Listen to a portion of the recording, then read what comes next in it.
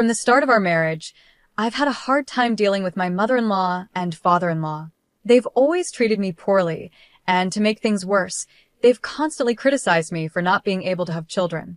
What hurt even more was when my husband, who should have been there for me, said, "My sister-in-law is young and beautiful, and unlike you, she had kids right away."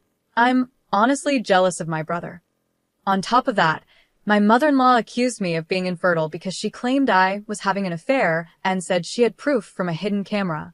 So I came up with a plan.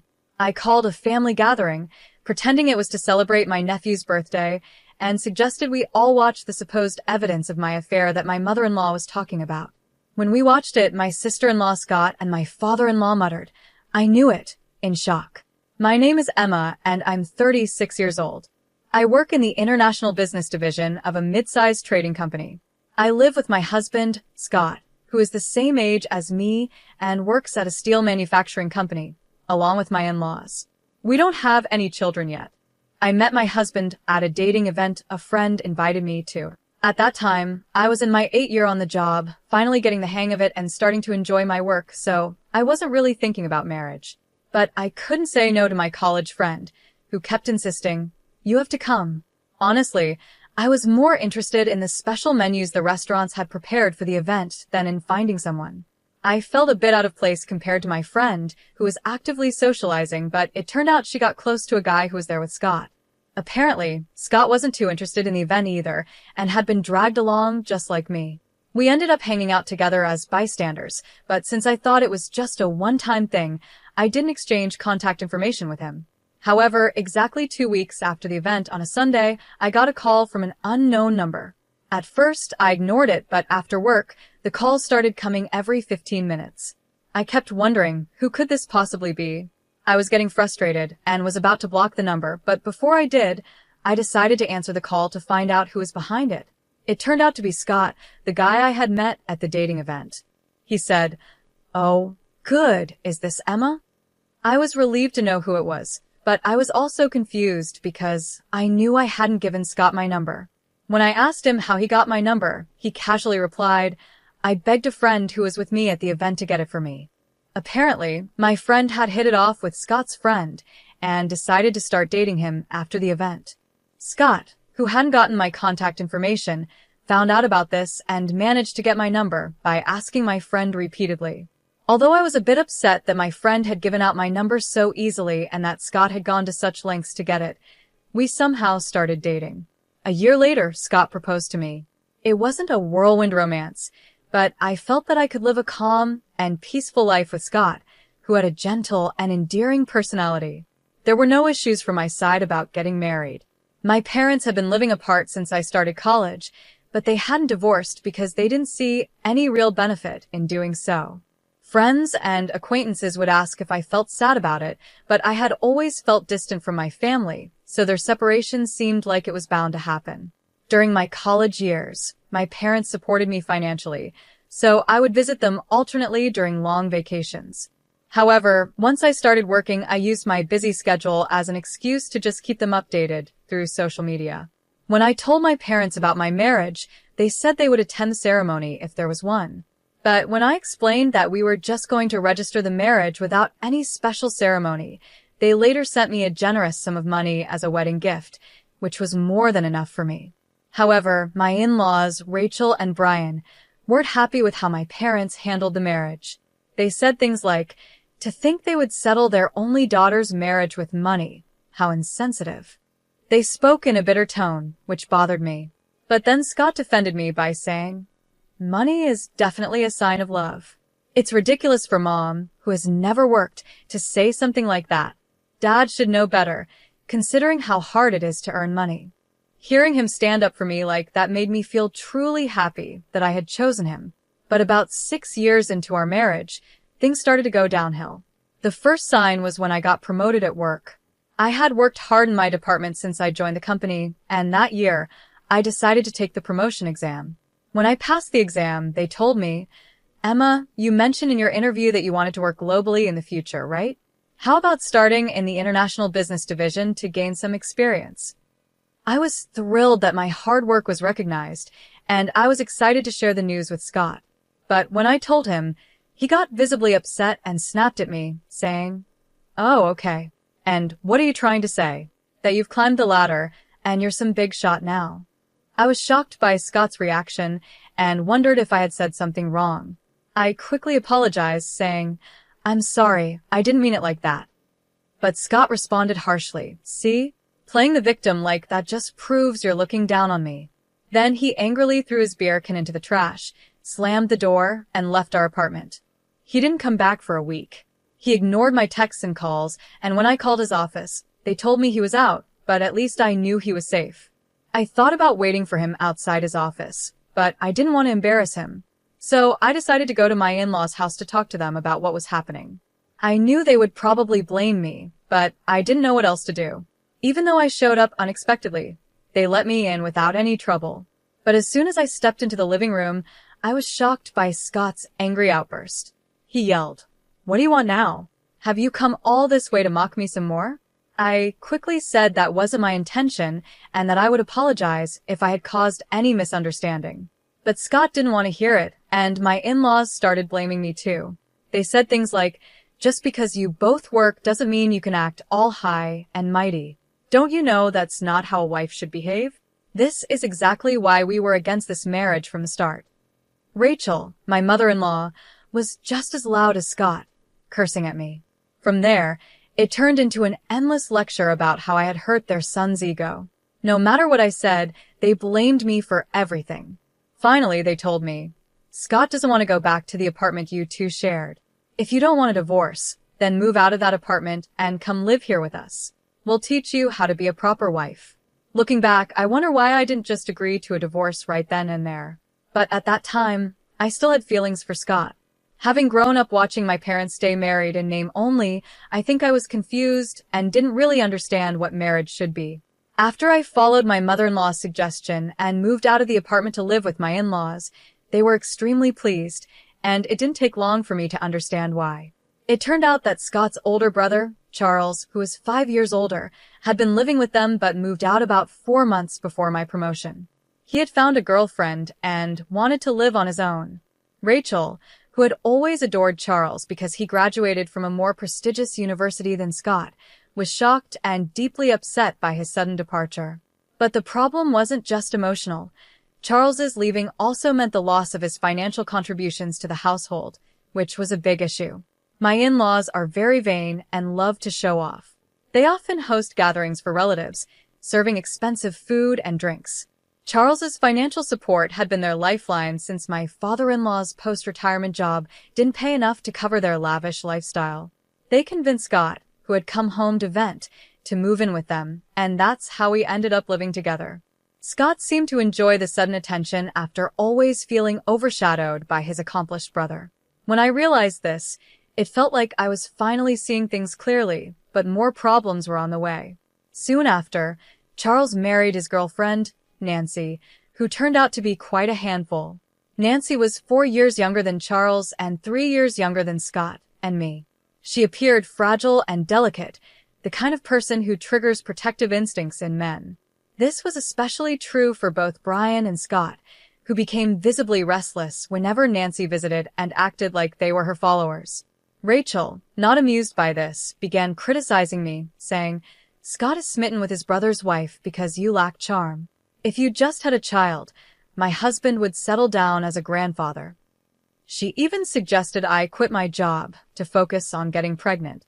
However, due to my in-laws' extravagant spending, the household expenses were skyrocketing, and Scott's salary alone couldn't cover them. Even when I showed them a report from the household budgeting software to explain the situation, they dismissed it, saying, "That's just because you're bad at managing money, always full of excuses." Then Nancy became pregnant. Rachel, who had previously disliked Nancy, suddenly became obsessed with her first grandchild, doting on her grandson, Andrew, immensely. She eagerly welcomed Nancy's visits, which she had avoided before, and even started saying things like, "Oh, how wonderful it would be to live under the same roof as such a lovely grandchild." Scott then started making sarcastic remarks to me, saying things like, "Exactly, Nancy is young and beautiful, and unlike you, she gave birth to a child right away." I'm really jealous of my brother, Brian chimed in. That's right. Maybe we should just kick out the daughter-in-law who can't have children and let Charles's family move in instead, he said without thinking. By then, even I started to consider that maybe leaving Scott and this house might be the best option since we didn't have children. Then, as if on cue, Nancy became pregnant with her second child. Rachel's obsession with her grandchildren grew stronger, and she started treating me even worse. She came up with a ridiculous theory and said, "The reason you can't have children must be because you're having an affair. You're just worried you won't know if the child is Scott's or your lover's." I was shocked by her words and decided to ignore her. But one evening, I noticed Rachel smirking at me. Confused, I asked what was going on, and she said, "You are indeed having an affair, just as I suspected." When I questioned Brian and Scott about it, Rachel proudly declared, "I've got proof of her affair on a hidden camera. I hired a professional, so it's foolproof," and then burst out laughing with joy. Hearing this, Brian and Scott were momentarily shocked. But then, influenced by Rachel's confidence, they said, "If that's true, then it's grounds for divorce." At that point, I calmly said, "Understood. Then I will take this opportunity at Andrew's birthday celebration next week, which we've already planned, to explain the situation to all the relatives who will be there." The birthday celebration for Andrew, organized by Rachel, who loved to show off, turned out to be a grand event with a banquet hall in a hotel reserved just for us. The invited relatives seemed somewhat tired of Rachel's boasting but still enjoyed the food and drinks.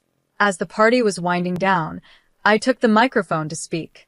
Everyone turned their attention to me, wondering what was happening. I began, "I apologize for interrupting your conversations, but I have a brief announcement to make to all of you gathered here today." The crowd started murmuring in confusion, while my in-laws and Scott, assuming I was about to confess and discuss divorce, smirked just like before. Charles's family, the guests of honor today, were also present. On my signal to the staff, a screen was lowered behind me, the projector was set up, and the lights dimmed. Everyone's attention turned to the screen as the video began to play. The video started with footage of a shady hotel district, and as the entrance of one particular hotel came into focus, Scott, Brian, and Nancy's faces turned pale, just as I expected. However, Rachel, unaware of what was about to happen, looked around curiously, completely oblivious to the growing tension among the two of them. Then, a clear shot captured by the camera made the entire room gasp in surprise, and for good reason. The screen unmistakably showed Nancy and Brian hugging as they left the hotel. The room fell silent as the video continued, showing them sharing lingering, passionate hugs before catching a taxi. The scene shifted to the same hotel entrance, but this time it wasn't Brian who emerged holding hands with Nancy, it was Scott. Scott, Brian, and Nancy were all frozen in place, while some of the relatives murmured, "I knew it." The room erupted into whispers again. At that moment, I paused the video, turned the lights back on, and spoke into the microphone. "My announcement to all of you is exactly what you've just seen. My husband Scott and father-in-law Brian have been having affairs with Nancy, Charles's wife. The evidence was meticulously recorded by the investigation company hired by Rachel." I held up a thick file of documents, which caused more gasps from the crowd.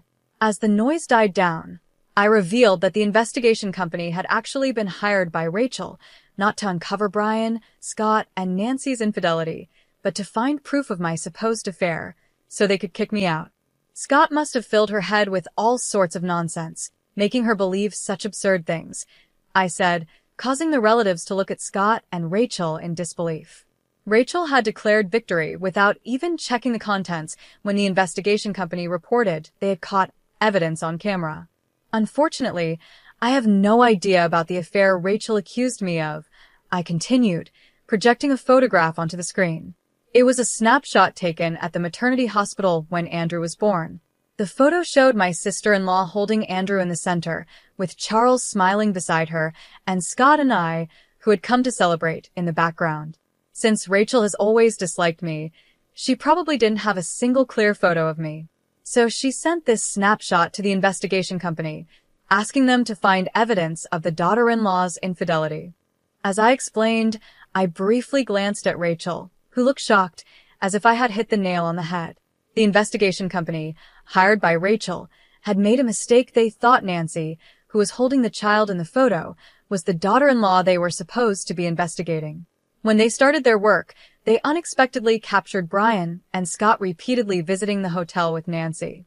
Believing Charles to be the husband under investigation, they reported to Rachel that they had caught evidence on camera.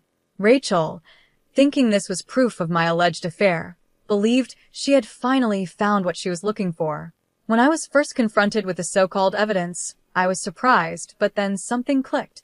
I remembered the name of the investigation company from a credit card statement that Rachel had used.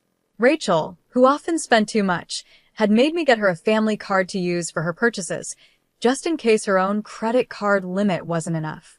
Troubled by her making large purchases without consulting me, I had set up the card statement to be viewable in an app, so I could check the charges each month. The next day, I took half a day off work and went to the investigation company to explain the situation. I then commissioned a new investigation myself.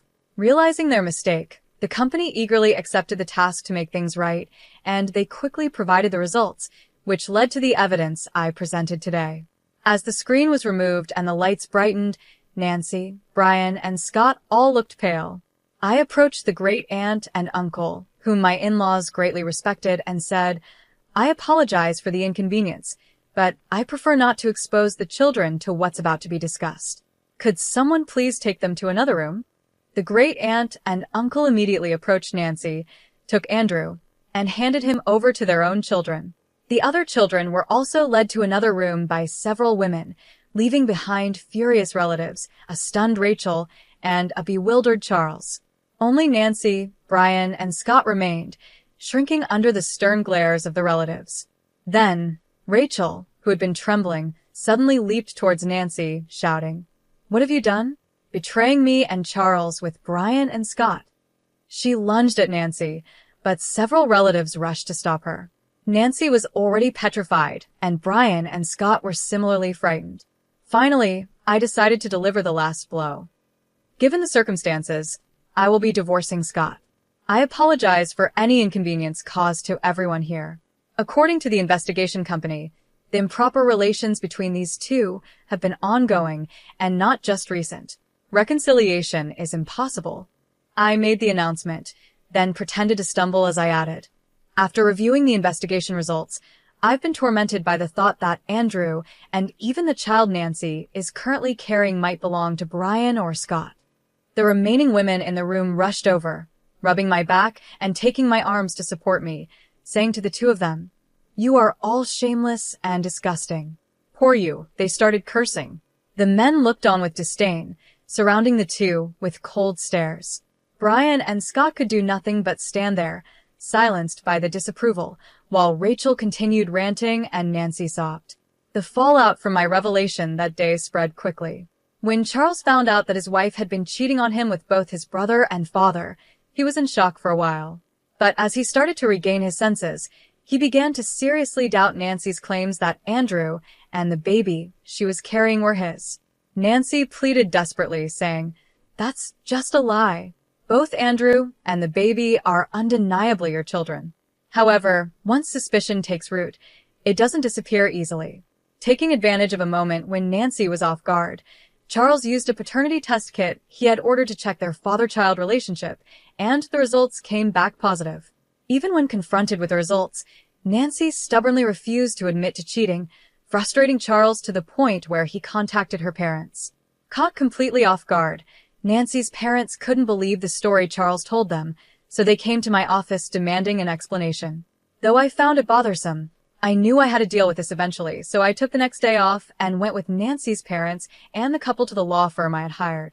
When the lawyer, Richard, showed them the related documents and the infamous video, Nancy's parents were speechless. Seeing this, Charles triumphantly declared, "See, I told you she betrayed me, cheating with both my brother and father. It's clear neither Andrew nor the baby she's carrying are mine." But Richard interrupted him sharply, saying, "Would you mind discussing that among yourselves? You're here not to discuss who the father of the children is, but to address the issue of child support." It was obvious that Richard wasn't taking sides, But what shocked me more was Nancy and her parents' reaction. Nancy retorted mockingly, "It's your fault. Scott cheated on you because you were always working and not being attractive enough, right? It's your own doing." I calmly replied, "Is that so? Then we'll have to let a third party decide." "Who's right?" "Maybe a judge will decide." When I mentioned a trial, Nancy's parents turned pale, and it was no surprise. Both of them were teachers at a prestigious girls' school in the area, and the idea of their daughter, who was supposed to represent the ideal of a good wife and mother, being involved in such a scandal with her brother-in-law and father-in-law would ruin their reputation. As soon as they heard the word trial, Nancy's parents immediately begged, "We sincerely apologize." But to me, at this stage, an apology from anyone didn't matter. I glanced at Richard and stood up, signaling the end of the meeting.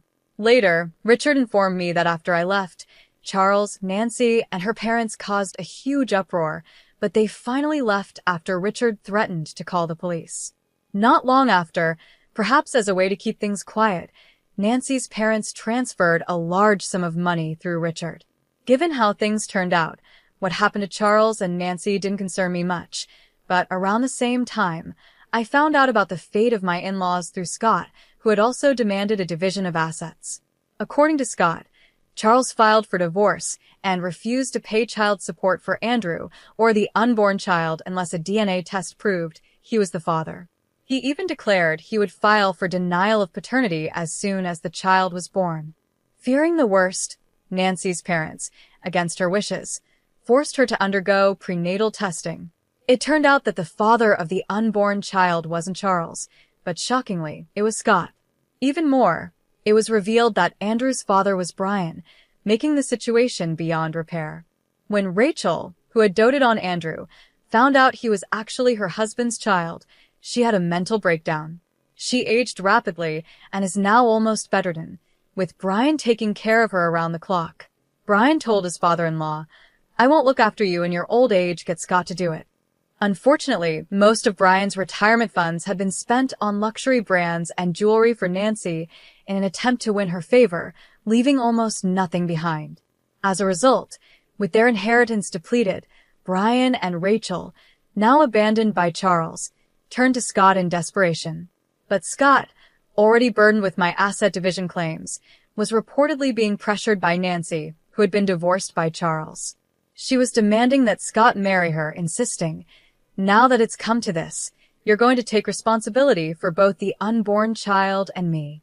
I'm sorry for everything that's happened. I apologize, so please give me another chance."